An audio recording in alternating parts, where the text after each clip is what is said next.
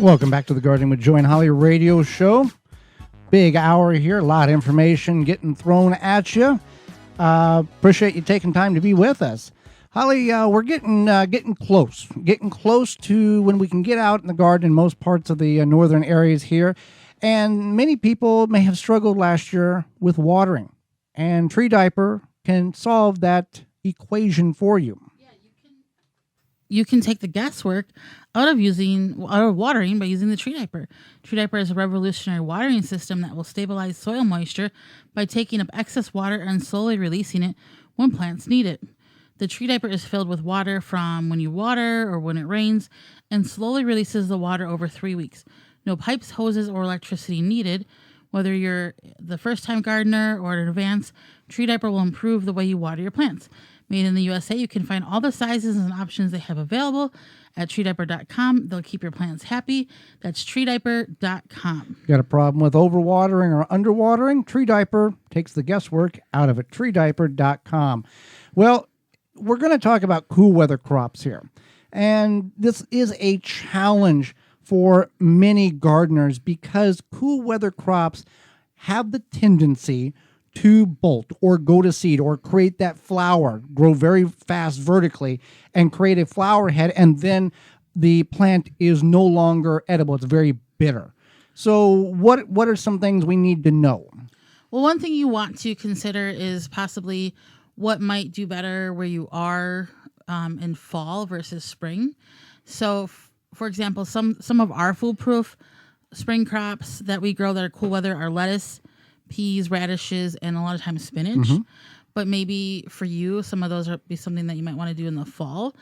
But one thing to keep in mind is that you can always try again in the fall if they don't do well. Partial shade is another option because these plants, though they will tolerate full sun, when that full sun becomes that time of the year when it goes from 40 to 70 in a matter of a few hours or 1 or 2 days, that shocks these plants' system, and the days get longer. They have the internal clock going, time to reproduce seeds. I'm done growing. Don't care if you're eating me. I got to make seeds, and that's what happens. Exactly, and that's exactly what happens. And cilantro, forget it. Yeah, cilantro.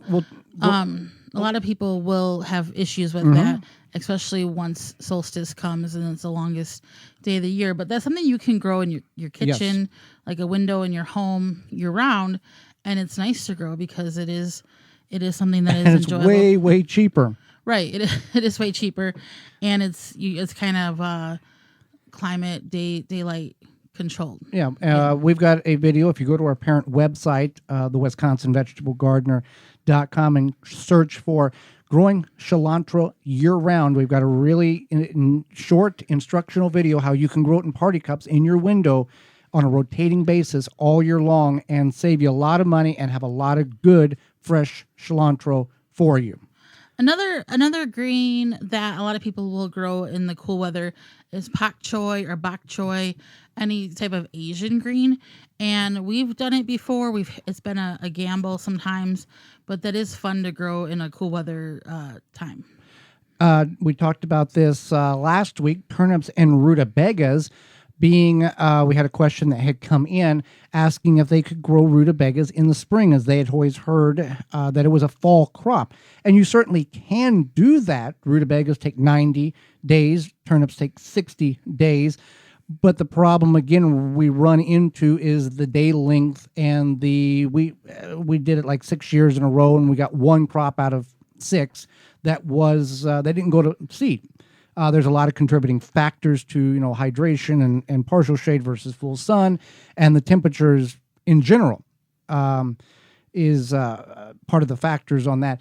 And people will grow. People will think, name the cool weather crops: brassicas, cauliflower, broccoli, Brussels sprouts, kale, kohlrabi. Now, some of those do not go to bolt at all. Like Brussels sprouts, we plant them as soon as we can get them in the ground, and they will set and grow until freeze.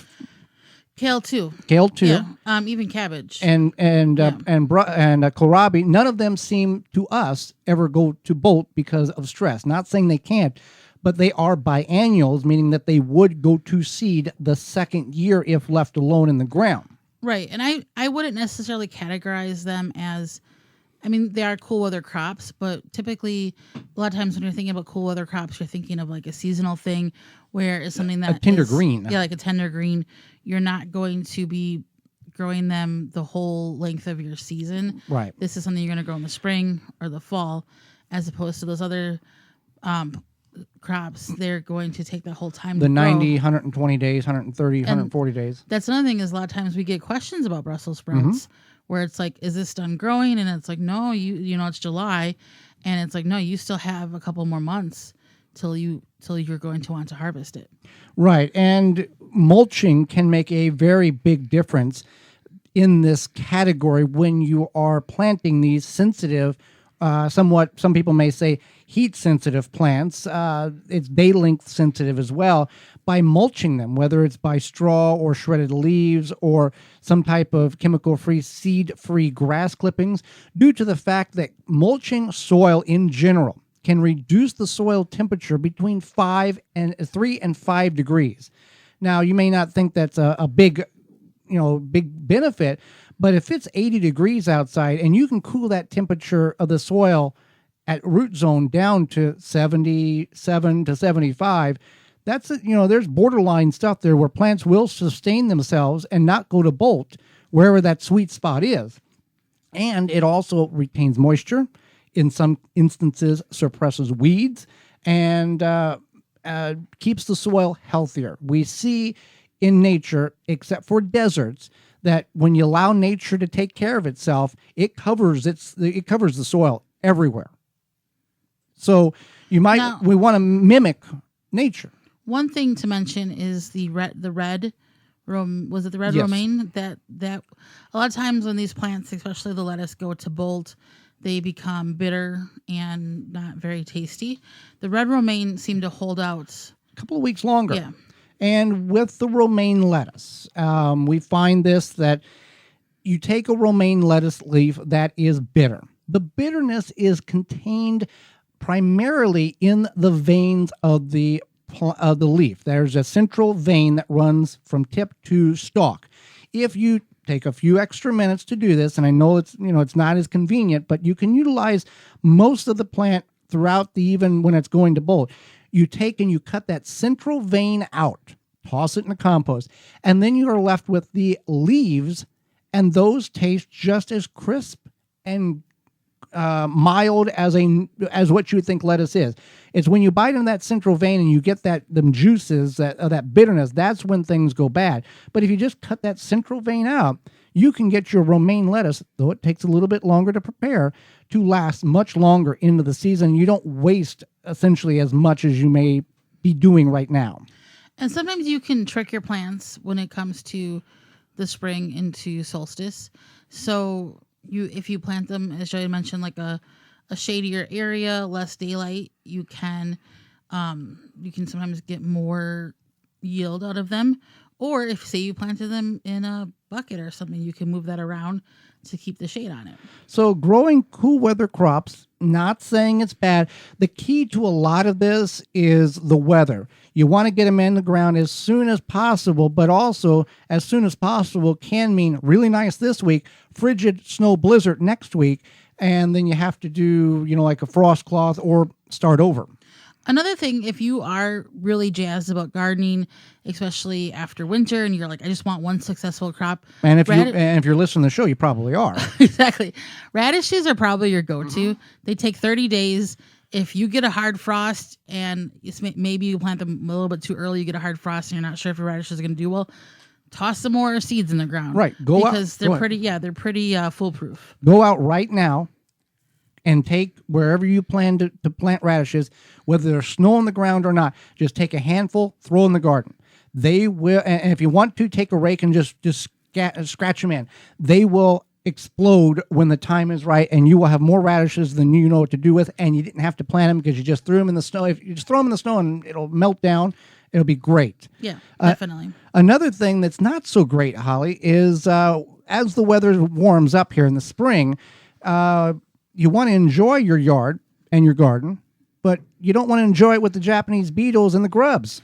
No, spring is just right around the corner.